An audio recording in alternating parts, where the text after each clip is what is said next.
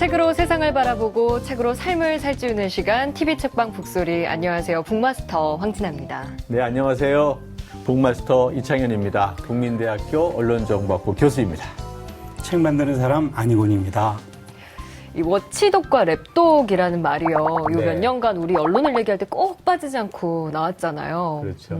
워치독, 영어 뜻 그대로 하면은 뭔가 파수견 이런 거죠. 감시견 뭐 이런 뜻일 수 있는데요. 언론이 그만큼 사회 현상, 특히 권력에 대한 감시의 어떤 권한을 강화하고 그 어떤 본질을 훼손하면 안 된다 이런 뜻인데요. 최근에 워치독은 사라지고 랩독 이랬는데 랩독을 찾아보니까 무릎 위에서 있는 강아지, 즉 애완견을 뜻하는 거죠. 랩탑하고 똑같은 거죠. 그래서 그런 면에서 감시견은 사라지고 랩탑의 시대가 됐다. 더 나아가서는 그 부잣집 앞에 있는 강아지, 이른바 뭐 가드독 뭐 이런 것처럼 바뀌어지면 우리의 역할이 권력을 감시하고 견제하기보다는 권력에 순종된 애완견이 되는 게 아닌가 생각이 들어서 우리의 언론 현실로 본다면 애완견이 참 좀 우울하게 들려오는 단어입니다. 예.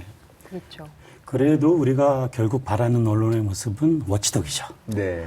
최근에 그 더 퍼스트라는 영화가 있었는데 상당히 관심을 모았어요. Do this. The legacy of the company is at stake. What will happen if we don't publish? We will lose. The country will lose. 결국은 워싱턴 포스트의 그런 태도가 나중에 워터게이트 사건이라는 대통령을 물러나게 하는 데까지 나아가는 그런 감시 역할을 하거든요. 그러니까 결국 언론이 어떤 역할을 하느냐가 전 세계적 모든 나라의 중요한 그렇죠. 이슈일 텐데요. 그런 의미에서 최근 언론인 한 분이 책을 내서 큰 화제를 모으고 있습니다. 탐사보도 전문기자로 30년간 대한민국의 워치독 역할을 수행한 이분을 오늘 초대 손님으로 모셔보려고 합니다. 먼저 화면으로 만나보시죠.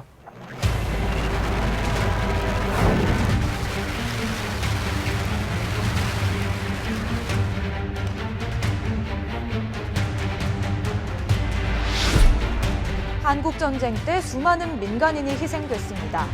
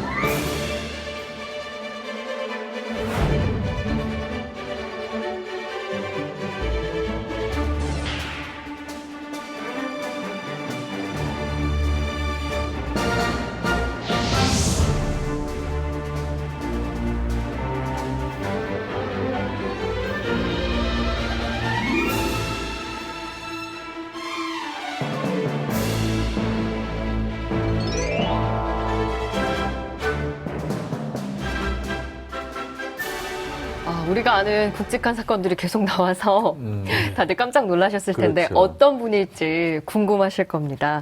정희상 기자를 이 자리에 모셨습니다. 어서 오세요. 네, 안녕하십니까. 아니 사실 워낙 큰 사건들을 많이 파헤치시기 때문에 저는 막 형사, 검사 이런 인상을 생각했는데 전혀 다르십니다. 그런 얘기 많이 듣습니다.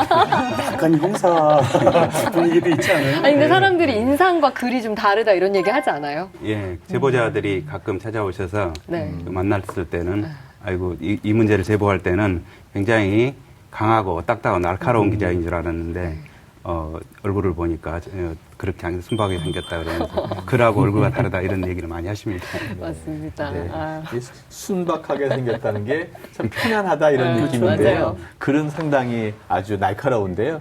이 책을 보니까 디자인 너무 좋고요. 여기에 보니까 탐사보도 전문 기자의 권력형 사건 X파일 이렇게 얘기를 한 것 같아요.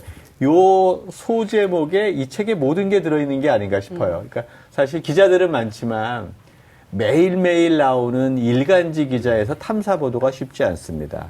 우리 시청자분들에게 탐사보도 전문 기자가 뭐 하는 건지 한번 말씀해 주시죠. 네.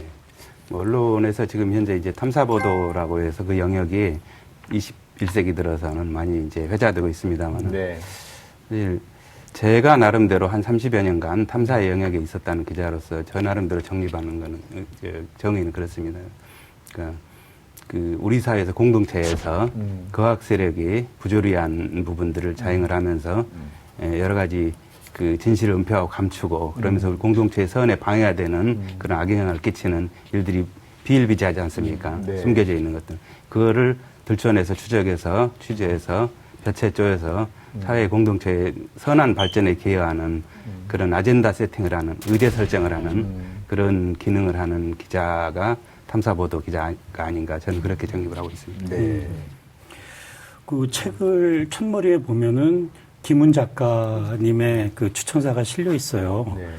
뭐 김훈 작가 그러면은 뭐 모두가 아는 우리 시대 문장가이자 소설가인데 다들 아시지만 또 이분이 언론인 출신이시잖아요. 네, 맞아요. 정혜성 기자님하고 아주 각별한 인연도 있을 것 같은데 좀 소개 좀 해주시죠. 네. 예. 2000년 전후에서 한 10여 년간 저와 함께 그 시사저널이라는 당시 원시사저널 매체에서 네. 저의 상급자로, 직무상 상급자로 계셨습니다. 제가 사회부 기자 때 사회부장이셨고 사회팀장일 때 편집국장을 하시면서 예, 그렇게 이제 인연을 맺고 저희 탐사보도로 인해서 외압이 들어오거나 소송이 들어오고 그랬을 때 데스크셨기 때문에 그 같이 감당하고 그래서 누구가 잘 알죠. 그래서 저런 표현을 쓰시지 않았나 싶습니다. 추천의 말에 이런 부분이 있어요. 이 언론 지면에 공포된 정희상 기자의 글들은 때때로 엄청난 사회적 파문을 몰고 왔다. 비로소 눈을 뜨게 된 사회가 내지르는 경악의 비명이었다. 파문이 클수록 반격과 저항도 드세웠다.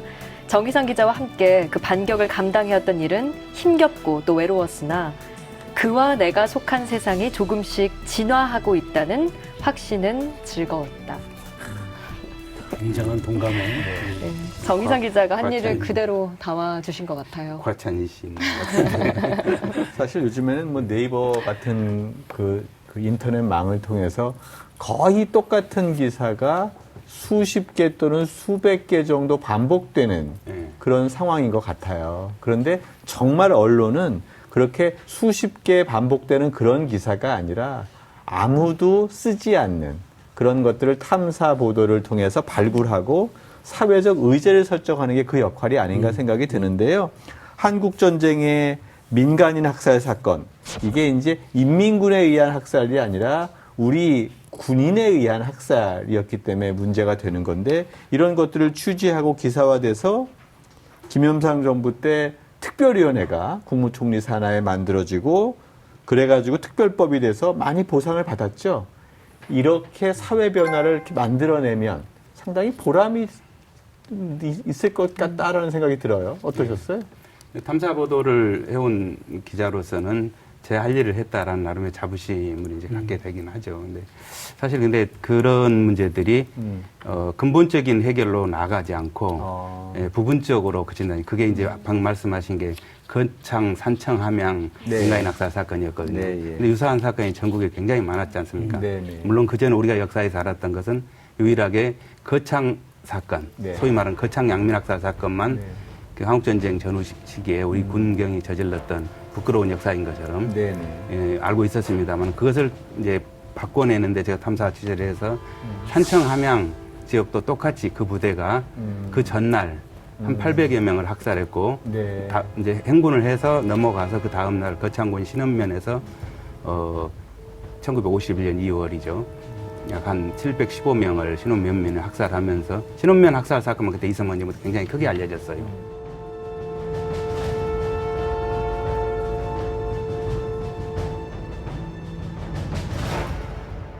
결국은 하나의 어떤 기사가 우리 사회의 어떤 치부를 고발하고 그래서 정책적인 아젠다가 돼서 법이 만들어지고 보상까지 이루어진 그런 좋은 사례로서 그렇게 되면 기분이 좋으시죠? 좋을 것 같은데요. 너무 자부심을 느끼죠. 네. 그래도 이게 완전히 기대 수준까지 해결이 되는가 하면 또 그 전에 멈추는 경우도 많아서.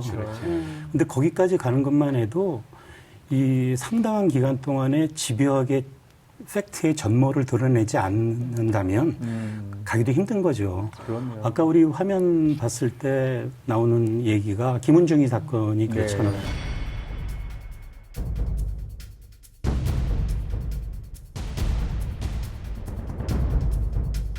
98년에 취재를 시작해서 2016년까지 22차례의 기사를 쓰셨는데 22차례면 책 한 권이 바로 나오잖아요. 결국은 이 책에 나오는 모든 사건들도 보통 10년 이상을 경과를 하고 추이를 지켜본 그런 사건들이라는 거죠.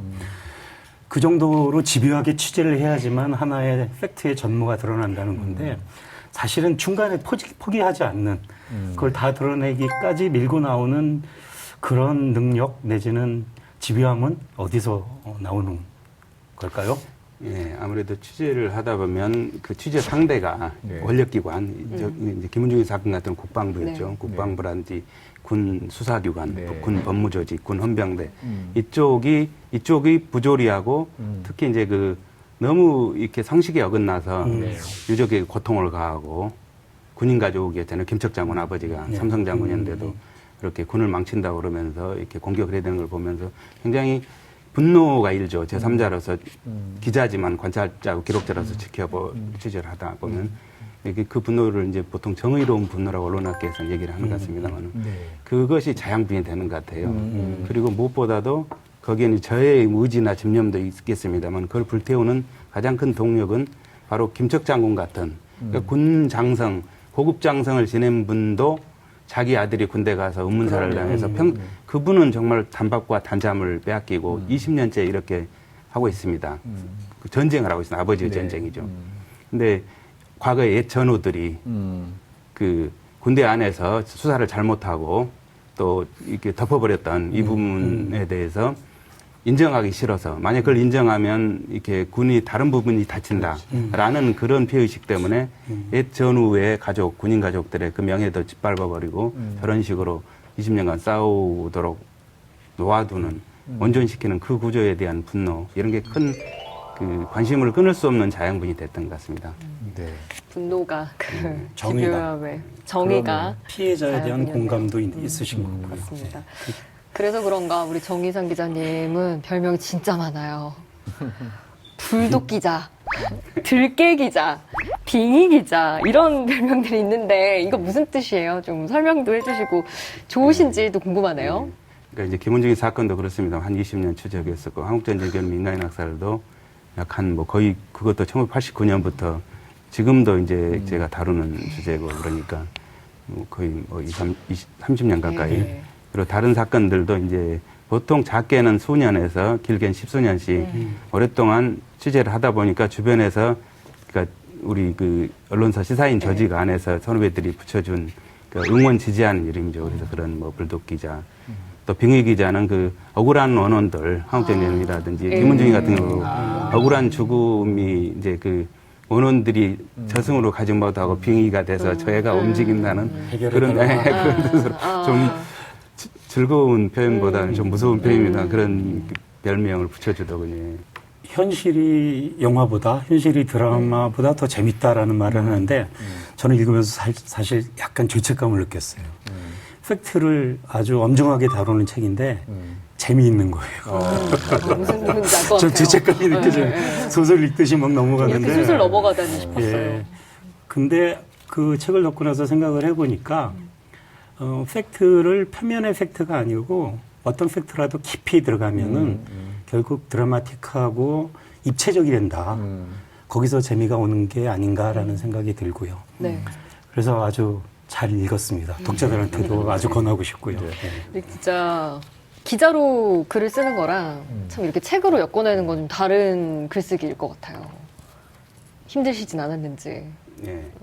아무래도 책을 쓸 때는 지면의 한계가 있기 때문에 사실 충분한 저 같은 경우는 수년에 걸친 또는 뭐 여러 달에 걸친 취재를 해서 그걸 압축해 쓴다는 게 좀 어려운 작업입니다. 그러나 또 이거를 책으로 쓸 때는 그 이면의 얘기들 자세하게 풀어서 이야기 쉽게 설명하는 이런 부분들이 가능한데 그래서 책으로 쓸 때는 오히려 그 스토리텔링식으로 정리하기 때문에 좀 재미있는 측면도 있습니다. 그냥 압축하는 게 더 힘듭니다. 그렇군요.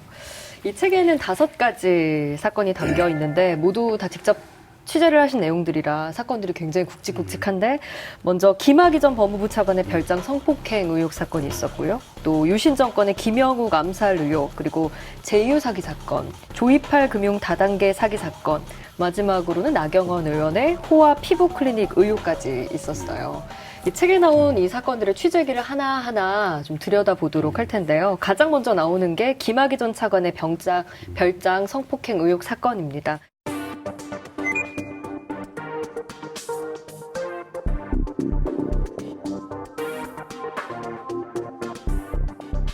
근데 책에 처음에 다른 기자들로부터 영상을 처음 받았던 그 순간이 나오는데 너무 놀라셨을 것 같아요. 어떠셨어요?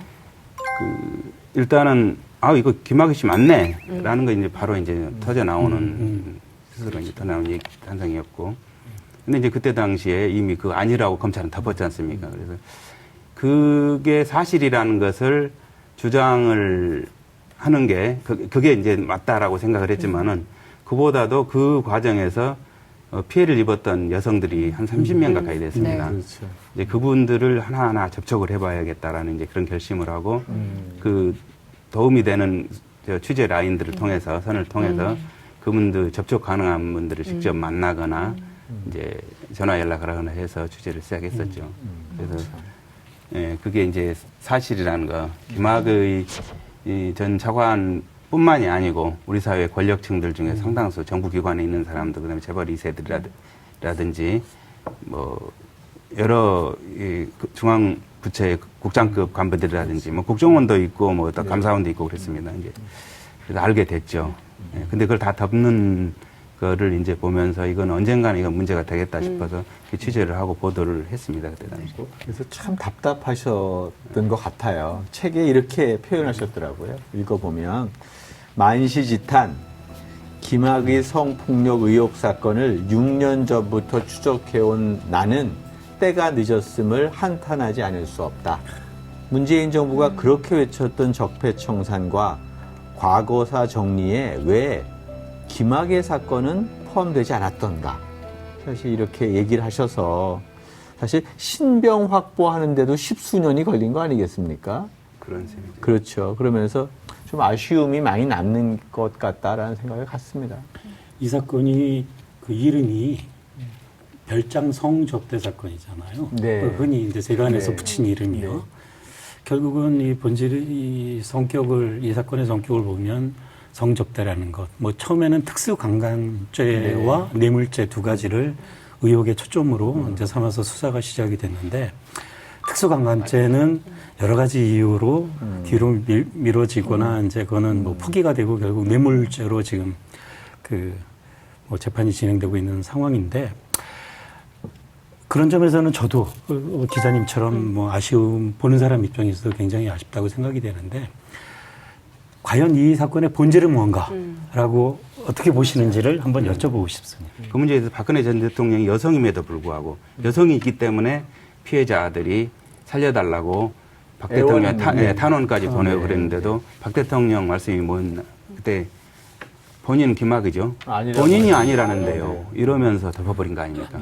검찰도 그 기조대로 사실은 무혐의 처분하면서 끝냈다가 이제 다시 재수사가 시작돼서 이번에도 뭐 그건 이제 공소시효가 지나서 검찰이 확인한 거는 그 김학의 씨 본인은 지금도 윤중천은 모르고 그 여자들 만나지 않았다고 그러지만은 이미 검찰이 확인한 거로는 그런 일이 있었고 윤중천도 그런 접대를 했었다라는 거, 같이 서로 동영상을 김학의와 같이 찍어줬다라는 거, 이것까지도 이제 얘기를 했지 않습니까? 네. 근데 이제 그 성폭행 관련 부분에 대해서는 윤중천은 기소가 됐지만은 그 김학의 씨 같은 경우는 이게 이제 공소시효가 지났다 해서 빠져나가고 이제 뇌물 혐의로 해서 지금 구속 기소 재판을 받고 있죠. 현재도 진행 중인 사안이고요.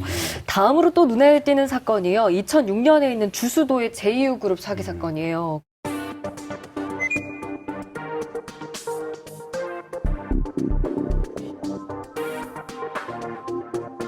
근데 이게 2조 원대에 이르는 어마어마하죠. 저 2조가 얼마인가 감도 오질 않는데 일단은 이후에 수감된 걸로 저는 일단락 된 줄 알았는데 올 초에도 1,100억 원대 사기 사건이 있었고 근데 이게 어떻게 이럴 수가 있지? 라고 생각을 했는데 책에 보니까요. 주수도가 4년의 수감 생활 중에 이거 제가 잘못 본 줄 알았어요. 5,050회나 변호사 접견을 했다고 나와 있어요. 이 맞나요? 5,050회?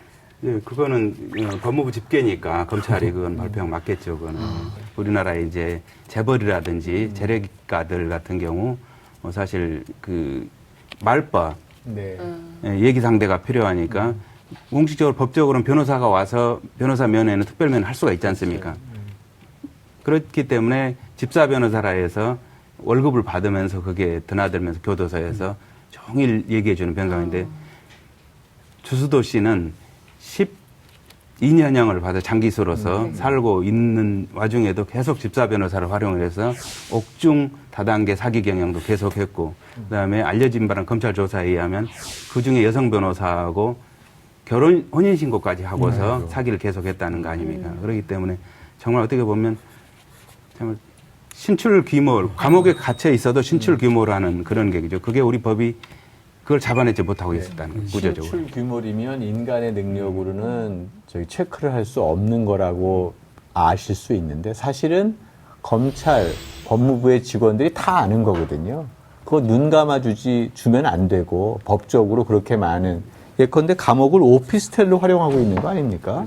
그렇죠. 거의 하루 종일 그 오피스텔에서 면담 시간을 활용해서 직원들 만나고 있었으니까요. 또 그 사건은 우리나라의 유명한 뭐 경찰 했었던 분, 또 복지부 장관 이런 사람들도 다 거론이 되고 해서 우리의 이 부패의 어떤 연결고리, 먹이사슬 이런 게 정말로 대단하다. 그래서 이런 것들을 언론이 제대로 환기시키거나 고발하지 않는다면 이 부패 구조가 계속 지속될 텐데 저는 그런 면에서 정의상 기자님이 지금 탐사 저널리즘으로 이걸 하시는 게 의미가 있지 않나라는 생각이 드는데 그 당시는 수사가 그렇게 쉽지 않았나 봐요.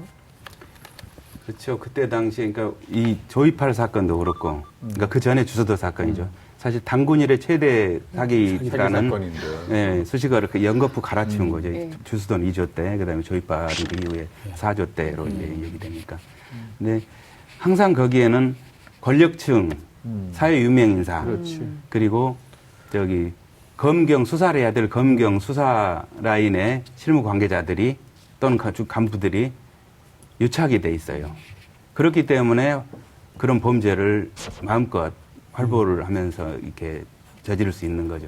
그래서 수사가 쉽지 않다는 게 수사 열심히 해도 자기 수사 라인 내에서 내통자, 일종의 조이팔 주수도의 직원이라고까지 불릴 수 있는 사람들이 있기 때문에 정보가 다 유출돼 가고 그래서 증거인멸하고 그런 식으로 대응을 했던 거죠. 근데 전 참 놀랐던 게요. 이 사건 보도하실 때 언론사, 몸담고 있는 언론사가 파업 중인데 그럼 파업 중이면 보통 파업이니까 안 하잖아요. 아니 나중에 취재를 하든가 파업이 끝나서 취재를 해야 되는데 그때 취재를 하시고 또 더 놀라운 거는 다른 공중파 기자한테 그 취재 내용을 주셨어요. 그리고 오마이뉴스의 시민 기자로 나서서 이 기사를 냈어요. 전 이게 참 신기하더라고요. 네, 설명이 좀 약간 이제 필요할 것 같습니다만은 제가 그때 당시에 파업을 하고 제가 그때 노조위원장으로서 이제 단식도 하고 그랬었는데 그 와중에도 수만 명의 피해자들이 제 기사를 기다리고 있는 상황. 근데 이제 지면 없어졌지, 파업 중이니까. 뭐, 그때 수사전을 사주는 직장표에서 했기 때문에 저희가 이제 할 수도 없었고. 그리고 이제 검찰에서도 제대로 수사를 하려고 하는, 그리고 검찰의 뇌물을 먹이면서 자기 라인을 구축했던 주수도라는 이제 그 사기범죄군이 제대로 수사하려고 하는 검사들에 대해서는 물을 먹이기 위해서 함정을 파기 위해서 여러 공작을 합니다. 그 내용을 이제 제가 알고 있었어요. 그쪽에 취재를 하다 보니까. 근데 그 검사들 같은 경우는 전기자 기사가 나와야 되는데 파업하고 있으니까 아주 애가 타고 발을 동동 거는 상황이죠. 그러니까 그 두 여러 같은 이제 요청에 의해서 결국은 뭐 지면은 없으니까 오마이뉴스 연락을 해서 내가 시민기자로 임시로 쓰겠다 해서 이제. 대단하시다. 그렇게 해서 상황이 급전직한 경우에 그때 당시에 오해를 받고 그 검사 같은 경우는 문책을 받을 뻔했는데 나중에 그 기사가 나오면서 검찰총장 표창을 받고 이제 이런 상황을 가고 주수도를 감옥에서 그런 공작짓 못하도록 영원히 12년형, 그러니까 영혼은 아닙니다만은 중형이죠, 비교적 12년형을 확정할 수 있는, 본인은 큰 소리 쳤거든요. 곧 나온다고. 근데 이제 그럴 수 있는 이제 그 계기가 됐던 그런 보도와 사건이었던 걸로 기억합니다. 결국은 참 답답한 게 지도층 권력이라고 말하는 우리가 또 경외심을 갖고 보는 그 세력도 너무 돈에 의해서 움직이는 그런 민낯을 보이고 있지 않는가. 그리고 그것을 제때 해결하지 못하면 또 한 번 비슷한 일이 또 발생하고 또 발생하고 한다라는 거죠. 책에서 이렇게 쓰셨어요. 검찰 수사는 태산 명동 서일필로 끝나 몸통은 사라진 채 깃털 수준을 적발하는 데 그쳤다. 정의를 바로잡지 못하는 이런 부실 수사는 필연적으로 더 큰 유사 범죄를 일으키게 마련이다. 근데 그게 딱 이어지잖아요. 그렇죠. 그 다음 사건으로. 조이팔 사건이. 단군은 정말 피곤하실 것 같아요. 늘 단군이래. 단군이래. 근데 더 계속 큰일이- 갱신인 거잖아요. 정말 유사한 사건인데 이게 2008년 조이팔의 금융 다단계 사기 사건.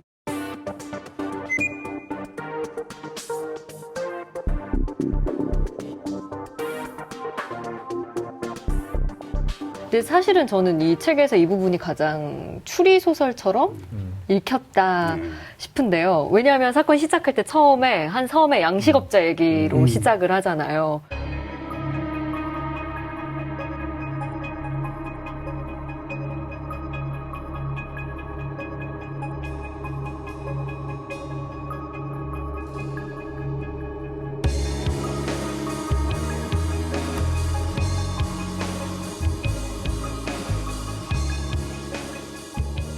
정말 억울한. 정말 제가 다 억울하고 정말 추리 소설의 한 주인공 같다라는 생각이 들었는데 조이팔의 중국 도주를 사전에 이미 경찰에 알렸는데도 불구하고 막을 수가 없었어요. 근데 이분이 직접 정의상 기자님을 찾아온 거예요. 예. 그러니까 조이팔이 그런 그 천문학적 사기 범죄를 저지르고 수사기관에 이제 수배가 됐음에도 불구하고 유유히 서해 공해상을 통해서 중국으로 밀항을 하잖아요. 근데 그 밀항을 했을 때 조이팔이 밀항한다는 사실을 선주가 알고서 해경에게 이제 제보를 했는데 그걸 잡아야 되는 거 아닙니까? 근데 잡을 테니 갔다 오라고 해놓고 사실 공해상에서 유유히 넘어가도 저쪽에서 이제 온 배가 싣고 갔거든요, 조이팔을. 방관했죠. 예, 방관하고. 그리고 돌아오니까 선주를 잡아 구속시킨 겁니다. 거꾸로. 예, 예. 그 선주가 감옥을 살다가 억울해가지고 찾아온 게 됐어요. 그래서 그 사건의 전모를, 밀항사건 전모를 이제 알게 됐었던 건데요. 참 우리가 정말 답답한 사람이 찾아갈 때 경찰, 검찰 그리고 그것이 안 될 때 언론인을 찾아오게 되는 거죠. 그래서 언론에서도 찾아갔는데 기사화 안 되고 하면 거기도 찾아오지 않게 되는데 그래도 우리 언론이 살아있고 우리 정의상 기자가 그 역할을 해줬기 때문에 이렇게 폭로되고 의미 있는 것이 됐다라고 생각하는데요. 이 책들을 보면 또 내부적으로 협력해주는 사람들의 아낌없는 사랑? 이런 것도 있었기 때문에 이런 것들이 가능했나라는 생각이 들어요. 이종근 검사 같은 케이스가 그런 케이스 아닌가요? 그렇죠. 이제 주수도를 네. 구속해서 12년형을 이제 선고하는데 그 수사를 총지휘하고 했던 한국 검찰에서 다단계 전문 검사라고 알려져 있는 저하고는 이제 사실 좋은 인연으로 만난 건 아니었어요. 처음에 이종훈 검사 자체가 제가 입수한 국정원 문건에는 그 제휴 주수도에 로비를 받은 사람인 것처럼 그런 검사인 것처럼 묘사가 돼서 나왔는데. 사실 확인해야 되니까 제가 이제 동부지검에 이종훈 검사관이 찾아가서 사실 확인했더니 황당해하죠.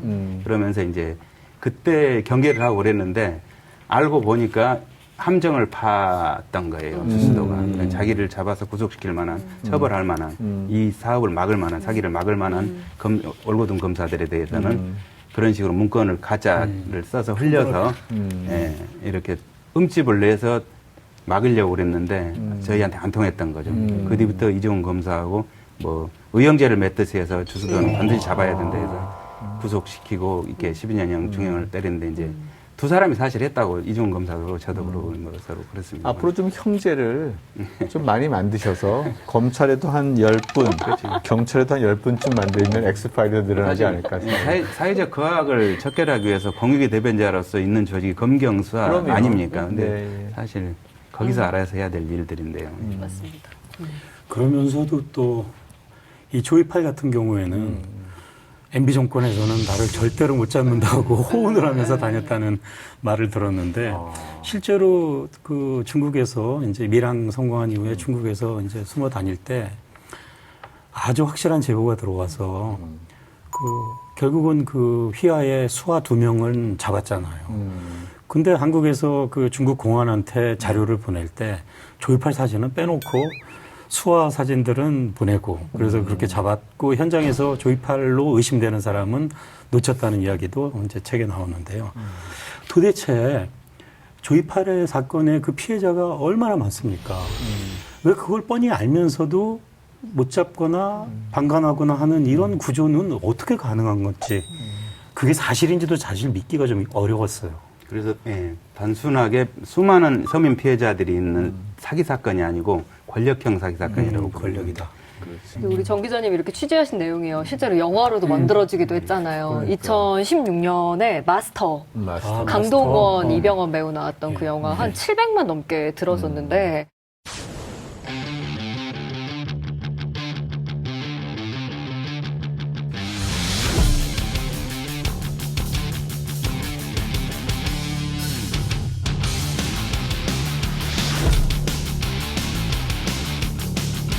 대한민국에 저 같은 미친놈 하나 좀 있어야죠.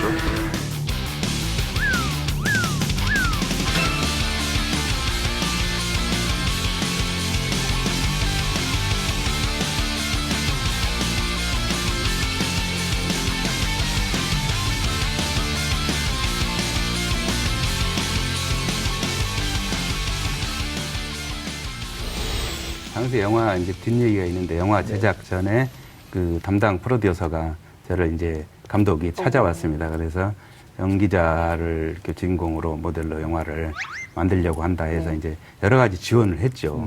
그동안 있었던 자료와 얘기와 사진과 그다음에 스토리 기사들을 제공을 했는데 나중에 연락이 왔더라고요. 아무래도 현직 기자를 가지고 액션도 해야 되고 허구니까 여러 가지로 흥행 요소가 있어야 되는데 기자는 총도 쏘아서는 안 되고 이러지 않습니까? 불법 행위를 할 수는 그래요? 없잖아요. 경찰이나 이런 경우는 이제 수사 라인이니까. 네, 그래서 뭐 거기서 영화사에서 하는 일인데 그렇게 하고 넘겼는데 나중에 보니까 사실 저라고 상상할 수 없죠. 왜냐하면 경찰로 나왔으니까. 그러나 이제 그 과정에서 그런 에피소드가 있었다는 걸 이제. 근데 직업은 달라도 강동원 배우가 맞아. 대한민국에 저 같은 미친놈은 하나 있어줘야죠. 맞아. 이런 말 하거든요. 근데 그 자세나 태도는 맞아요, 딱 맞아요. 정의상 기자님이에요. 오버랩이 되죠. 나구나 싶은 부분도 있으셨죠? 근데 이제 아쉬운 것은 씁쓸하죠. 허구는 허구고, 그러니까 현실은 현실이니까. 거기는 강동원이 결국은 조이팔력을 잡아내면서 은닉 자금을 찾아서 맞아요. 피해자들을 네. 다 해결해 주잖아요. 피해자 눈물을 닦아줬는데 현실은 이건 권력형도 박혀지지도 않고 지금 조이팔 죽었다고 종결 지어버리고 피해자들은 아직도 울고 있고 뭐 이게 좀 안타까운 딱한 현실이죠. 이 정도 되면은 시나리오 비용의 일부를 드려야겠다. 받으셔야 되는 거 아닙니까? 그런 메커니즘 말씀 제가 요구를 할 걸 그랬습니다. 네. 아이고, 못 받으셨단 말입니까? 그래서 조이팔이 결국은 중국에서 죽었다고 경찰이 발표는 했지만 믿지 않는 사람들이 상당수가 있죠. 그래서 논란이 아직도 분분하고 사건이 계속되고 있는 거 아니냐라는 생각들을 갖고 있는데 정 기자님은 어떻게 생각하시는지 한번 여쭤보고 싶습니다. 현재 조이팔, 그러니까 주범 조이팔이 잡히지 않은 상태에서는 여러 가지 피해자들이 구제받는데 제한들이 많습니다. 공탁 자금이 걸려있는 대목도 법률적으로 그게 피해자들이 어떻게 돌아갈지 또 은닉해 놓은 걸 다 찾지 못했기 때문에 이제 그 찾지 못한 은닉 자산을 계속 찾아야 되는 피해자들의 숙제, 수고로움들이 계속 있는 거고요. 그 다음에 문제는 우리 국내 수사기관은 검경 모두 조이팔이 지금 살아 움직이는 다른 증거가 없기 때문에 나오지 않았기 때문에 죽은 걸로 잠정 결론을 냈어요. 그런 상태인데 저는 오랫동안 추적해온 저는 피해자들과 마찬가지로 조이팔은 죽지 않았다. 그런 방식으로 죽지 않았다라고 확신하고 있고 우리 같이 추적했던 뭐 그렇습니다.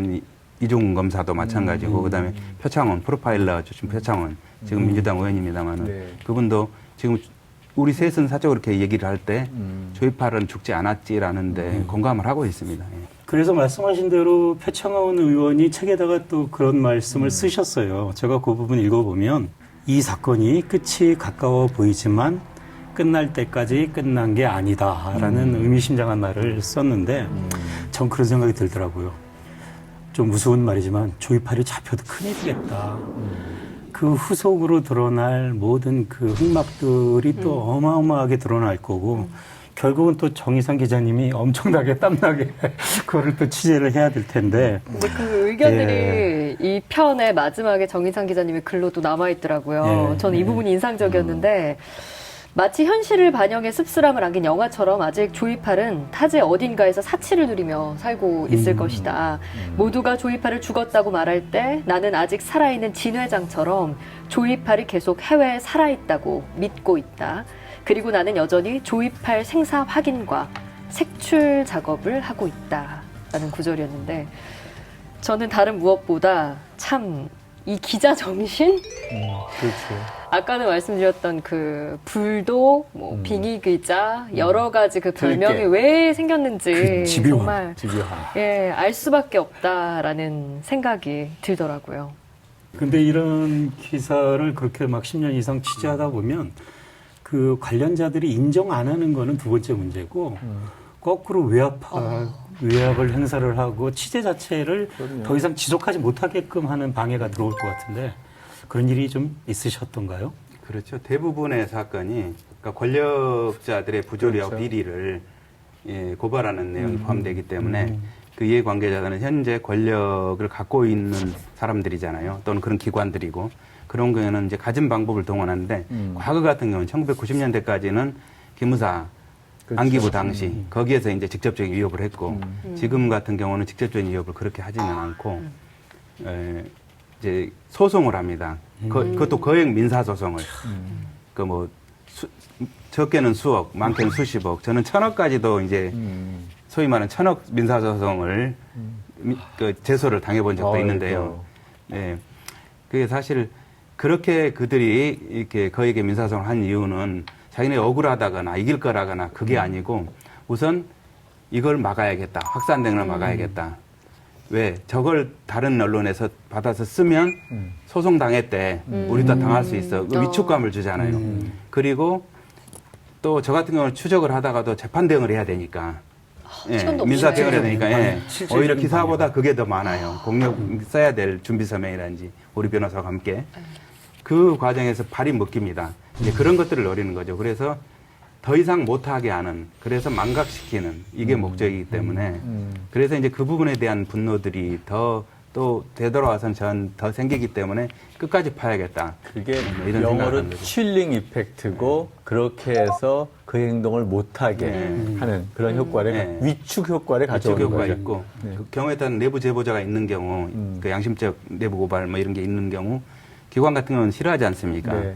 그러다 보니까 우리가 보호제도 잘 안 갖춰져 있고 그렇죠. 그러다 보니까 그 사람을 색출하기 위해서는 해고하고. 고소를 해야 되잖아요. 그럼 법정에 내가 쓴 게 맞고 누구로부터 받았다라는 것을 얘기할 수 법정에 얘기할 수 받아야 있겠다는 그걸 받아내려고 하는데 저는 취재원 보호를 해야 되니까.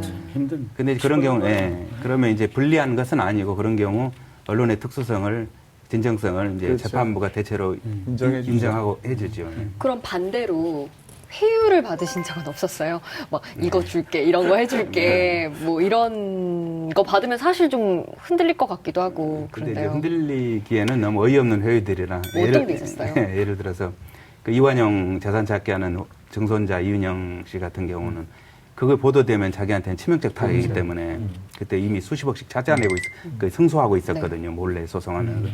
그러니까 이제 그거를 쓰지 않고 그냥 해주면 이 돈 찾아서 재단을 만들려고 그랬는데 무슨 재단이요라고 물었더니 이완용 재단이래요. 그래서 거기서 무슨 일 하려고 그랬더니 명예회복을 하려고 하는데 거기에 재단 이사로 모시겠다.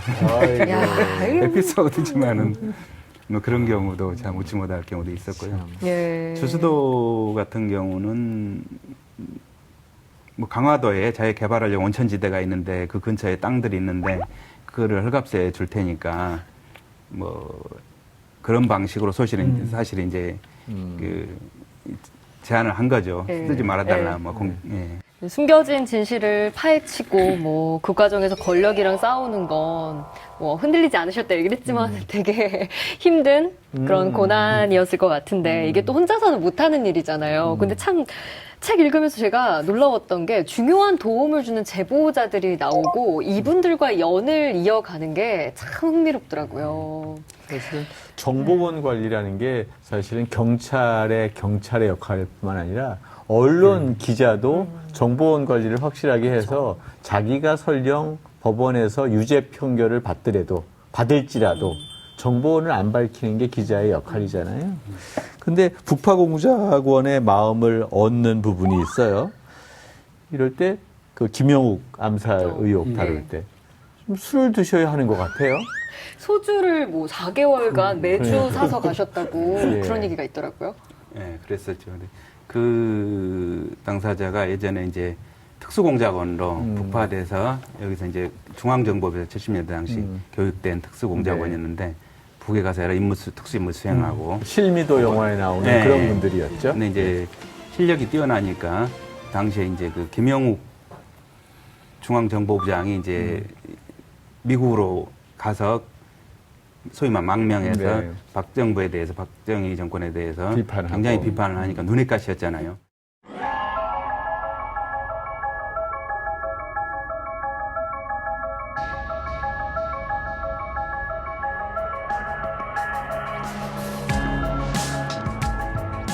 그거를 제거를 하는 공작을 수없이 수행을 했는데 그게 이제 가까이 소위 말하는 박 대통령의 지시라고 해서 예. 근데 김재규 당시 중앙정보부장 그걸 제대로 수행을 안 했어요. 그러니까 그게 답답해서 차지철 경호실장이 당시에 이제 중정의 엘리트 핵심 특수공작원들을 직할 라인으로 해가지고 관리를 했다는 거예요. 자기가 그 라인으로 들어가서 특명을 받고 이제 이걸 수행했다는 건데 사실 이제 그거는 무덤에 갈 때까지 비밀이다라는 공작 세계에서 공작원들 세계에서 철칙인데 그걸 무너뜨리느라고 열렸어요. 이제 4개월간 술을 마셨는데 문제는 뭐 술 친구가 됐다는 게 중요한 게 아니고 어떤 형식으로든지 간에 사람 마음을 움직이는 하나는 이제 그런 과정은 예, 그게 받아들여졌던 것 같습니다. 그러니까 당신의 기자 정신이 내 평생 무덤까지 가야 될 직업 정신을 무너뜨렸다고 나중에 울면서 한탄을 하시더라고요. 이제 다 털어놓고는 그분이. 최근에 뭐 몸이 안 좋으셔서 간단한 수술도 받으신 걸로 알고 있는데 젊었을 때 일선에서 기자 취재를 하고 있을 때와 이제 50대 중반 넘어서 여전히 현장을 떠날 수 없는 상태에 계시고요. 달라진 점이 있으면 어떤 거고 여전히 같은 것이 있다면 어떤 건지 한번 여쭤보고 싶습니다. 많이 달라졌죠. 그러니까 예전에 1990년대나 그때 초년기자 시절에는 사실 그때 뭐 87년 6월 항쟁 이후에 절차적 제도적 민주화가 초기에 갖춰졌다 할지라도 아직도 그 권력기관, 공안기관의 힘이 강했고 그때 검찰, 국정원, 기무사 정도가 언론인에게 접근해서 무슨 얘기를 하면 사실 참 부담되는 예, 그런 시절이었고 근데 지금은 그건 없어졌지 않습니까? 대신 이제 지금은 정치 권력이나 권력기관의 그런 압력보다는 시장 권력, 시장 또는 재벌이라든지 대기업 권력들의 광고를 통한 이런 압력들 또는 뭐 회유들 이런 것들이 저뿐만이 아니라 비단 모든 우리 한국 언론계에 미치고 있는 영향력, 이제 그로부터 독립된 정론을 펴야 된다라는 게 이제 숙제인데 참 어려운 과제죠. 2017년 탄핵 국면에서 사실 1,000만이 넘는 시민들이 광화문에서 오랜 시간 동안 기레기에 대한 비판들이 있었어요. 사실 우리나라 당시 공영방송이었던 공영방송 중계차가 있으면 이게 방송이냐 수신료 거부 운동까지 얘기했던 기억이 납니다. 또 그렇지만 어떤 방송사에다가는 박수를 치고 지지해주는 이야기들이 있었어요. 돌이켜보면 우리의 기레기로 비판받고 있는 한국의 언론 현실에 대해서 30년 선배 기자로서 한 말씀 해주실 게 있을 것 같은데. 예, 저도 보통 예, 우리 이제 그 미디어 환경이 많이 변했습니다만은 네. 보통 저기 핸드폰이나 스마트폰이나 이제 PC를 통해서 많이 기사를 보고 댓글들을 많이 달지 않습니까? 거기에 이제 기레기라는 언론 기사에 대해서 기레기라는 댓글들이 굉장히 많아요. 근데 그런 경우 이제 대부분 문제가 되는 경우가 제가 볼 때는 이 팩트, 사실에 충실한 기사보다도 사실을 왜곡해서 의견을 달거나 또는 가짜 사실을 기초로 해서 의견을 다는 경우에 사실은 그건 눈 밝은 독자들은 다 알아채지 않습니까? 그래서 그런 비난과 비판을 이제 쏟아붓는 것 같습니다. 그래서 저도 언론계 30년째 종사하고 있는 직업인으로서 언론계가 전반적으로 기레기라는 비판을 받고 있는 현실에 대해서 굉장히 부끄럽기도 하고 좀 자괴감도 들고 그렇습니다. 그래서 저희 이제 후배 기자들한테 그런 얘기들을 많이 충고를 합니다만은 팩트에 기반하고 네. 팩트에 충실하라. 가장 기본에 대해서 얘기를 해 주신 것 같아요. 네, 가장 예. 필요하고 가장 중요한 것. 근데 오늘 생각할 거리들을 정말 많이 던져주신 것 같은데 오늘 이야기를 듣고 좀 더 여기에 대해서 깊이 있게 들여다보고 싶은 분들을 위해서 혹시 추천해 주실 책이 있을까요? 제가 아무래도 이제 현대사와 관련해서 진실 탐사라든지 여러 가지 그 현대사 연패된 비극들을 추적하는 탐사보도를 많이 해왔기 때문에 거기에 도움을 준 분이 있어요. 연구자 중에서는 예, 성균관대학교 서중석 교수 역사학자 그분이 여러 책들을 쓰셨는데 그 중에서 조봉암과 50년대라는 상학원이 저한테는 이제 한 20년 전부터 큰 도움이 되는 책이었고 지금 그분이 최근 몇 년 전에 이제 펴내신 게 한국 현대사 60년이라고 그 책을 저는 이제 추천의 책으로 이렇게 좀 제안을 드리고 싶습니다. 네. 아무래도 그 이유는 지금 현재 이제 아베 총리의 경제보복으로부터 비롯된 한일 관계 갈등이라든지 그다음에 그 문제를 둘러싸고 우리 국내에서도 여러 가지 그 역사 논쟁들이 일고 있지 않습니까? 친일 논쟁 보면은 일고 있는데 광복 전후부터 오늘에 이르기까지 한국 현대사가 어떻게 전개되어 왔는지를 일반 대중들이 읽기 쉽게 대학 교수입니다만은 읽기 쉽게 비교적 잘 쓴 이제 책이라고 판단해서 그걸 추천을 하고 싶습니다. 네. 30년 기자 생활을 하셨어요. 앞으로 몇 년이 더해질까 궁금한데 혹시 앞으로의 계획을 좀 말씀해 주실 수 있을까요? 그래서 지금 뭐 여력이 닿는 데까지는 필요한 역할을 하고 싶다라는 생각이고요. 특히 이제 요즘 들어서 아까 그 연동해서 말씀드리자면 하늘 아래 새 뉴스는 없구나, 새로운 뉴스는 네. 없구나라는 느낌이 드는 게 이를테면 제가 이제 5.18 당시에 목격자이기도 하고 그 당시 시민이었으니까 저 같은 사람이 버젓이 눈 뜨고 아직 젊게 살아있는데 5.18 가해 세력 중심으로는 북한군 600명이 와서 뭐 이렇게 5.18을 뭐 게릴라 내전을 일으켰다는 등 여러 가지 거짓 가짜 뉴스들을 횡행하고 일부 그 시대를 모르는 젊은 세대 20, 30대 같은 경우는 혹하잖아요. 그런가 하고 이렇게 귀 기울이고 이런 경우가 많이 있는데 우리 언론 같은 경우는 대한민국의 대부분의 언론인이 심지어 보수 언론의 대부로 알려져 있는 조선일보 출신 조갑재 기자 같은 경우에도 지금 북한군이 침투해서 그러거나 북한의 사주에 의해서 5.18이 일어났다는 것은 부인하고 있지 않습니까? 네. 본인이 그때 사회부 기자로서 그런 현장에 뛰었으니까. 그만큼 보수 진보를 막론하고 이미 확인됐고 우리 세대는 또 그때 당시 법을 통해서 단죄가 됐고 내란죄로 수사와 법을 통해서 대법원 확정 판결을 통해서 내란 수개로 단죄가 됐던 전두환 씨 문제에 대해서 사실 다시 가르쳐야겠구나. 새로운 자라나는 세대를 계속 얘기를 새 뉴스가 없구나라는 생각을 하게 됩니다. 네. 앞으로도 계속해서 저는 정 기자님이 열심히 뛰어주시리라 네. 믿어 의심치 않습니다. 저희도 그렇습니다. 이럴 때 한번 박수 한번 쳐서. 그러게요. 너무 감사합니다. 네. 이 앞서 얘기했던 김훈 작가가 쓴 추천의 글에 이런 말이 있는데 이 글로 오늘 마무리를 하면 좋을 것 같습니다. 이런 구절인데요. 나는 이 책에서 그가 제시하는 사실들의 중요성과 함께 거기에 접근해가는 그의 직업인다운 삶의 태도를 읽었다.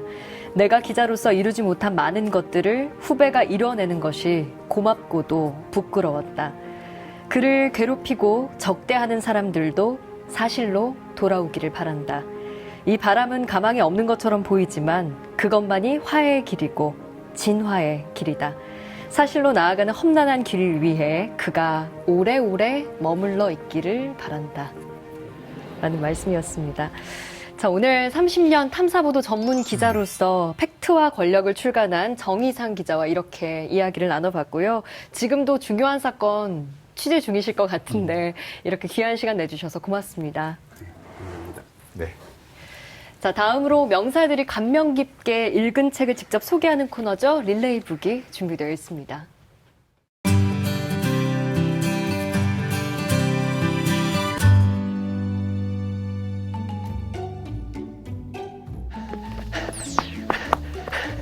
안녕하세요. 배우 배잭입니다. 저는 쓸만한 인간이 되기 위해 이렇게 달리기를 해요.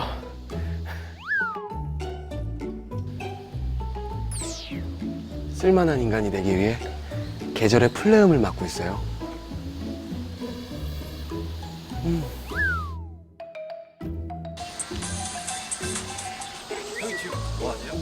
아, 나 지금 쓸만한 인간이 되기 위해서 북소리를 시청 중이야.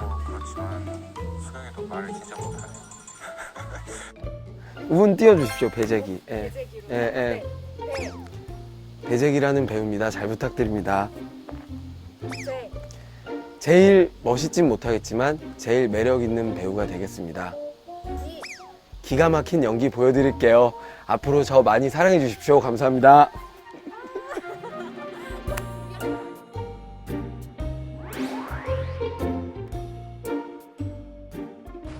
너 아까 너社会主義者だお前。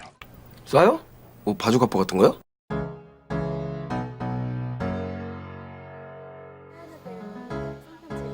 아 진짜요? 그런 거 하는 스타일이 아닌데? 욕하고 그런 건 아니죠? 자기야, 형이야. 독서 모임에서 오랜만에 다시 읽은 나는 인생이라는 책을 시청자 여러분께 소개했으니까 너도 잘 준비해야 된다. 알겠지? 준비 많이 안 한 거 같아. 건강하게 곧 만나자. 빠이빠이. 되게 긴장을 많이 하는 진짜 카메라 타짜신데 이렇게 또 떠는 모습 보니까 굉장히 인간적이고 좋네요. 자주 보고 싶어요, 형. 진짜 좋아합니다. 사랑해요.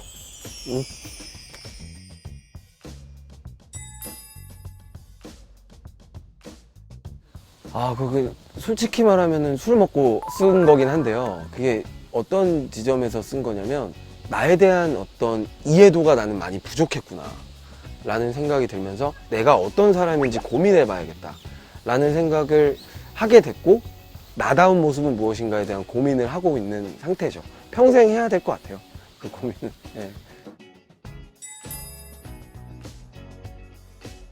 제가 오늘 추천드릴 책은 쓸만한 인간이라는 책입니다.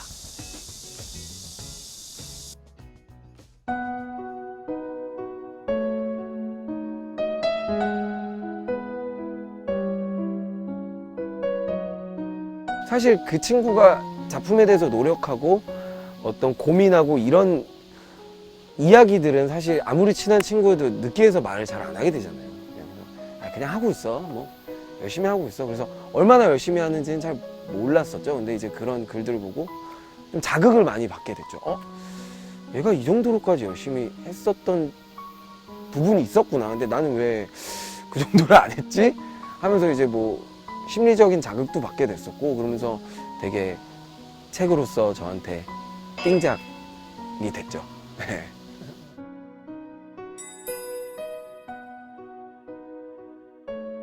제가 꽂혔던 글은 찌질이들이여 힘내라 라는 거다.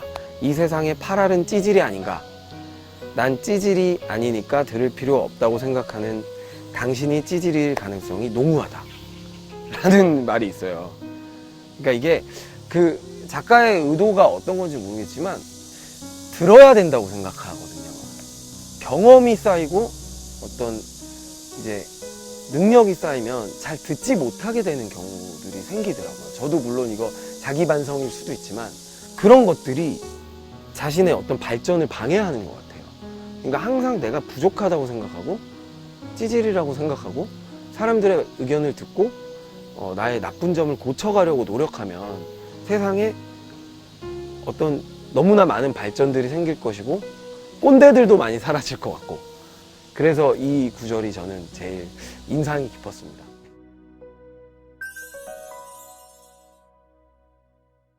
그분은 진짜 굉장히 미남이고요. 다양한 직업을 가지고 있는 만능 엔터테이너입니다. 가수 김견우라는 분이고 예전에 트랙스라는 어떤 밴드로 보컬로 활동했던 아티스트입니다. 견우 형 안녕? 나 재기야. 우리 어제 한강에서 같이 청사진도 그리고 행복한 시간을 가졌었지? 형이 가지고 있는 노력과 열정 난 항상 응원하고 우리 앞으로 더 친하게 지내자. 왜냐면 내가 영상 편지 썼기 때문에 우리가 나중에 싸우고 사이가 나빠지면 이게 다 흑역사고 안 좋은 증거로 남을 수 있으니까 이참에 우리 더 앞으로 친하게 지내는 거야. 형, 좋아할게. I love you.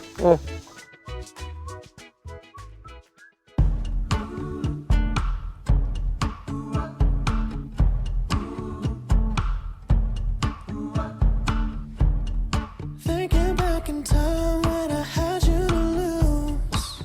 Those were the days, baby, you were the truth. And nothing you could do will ever change.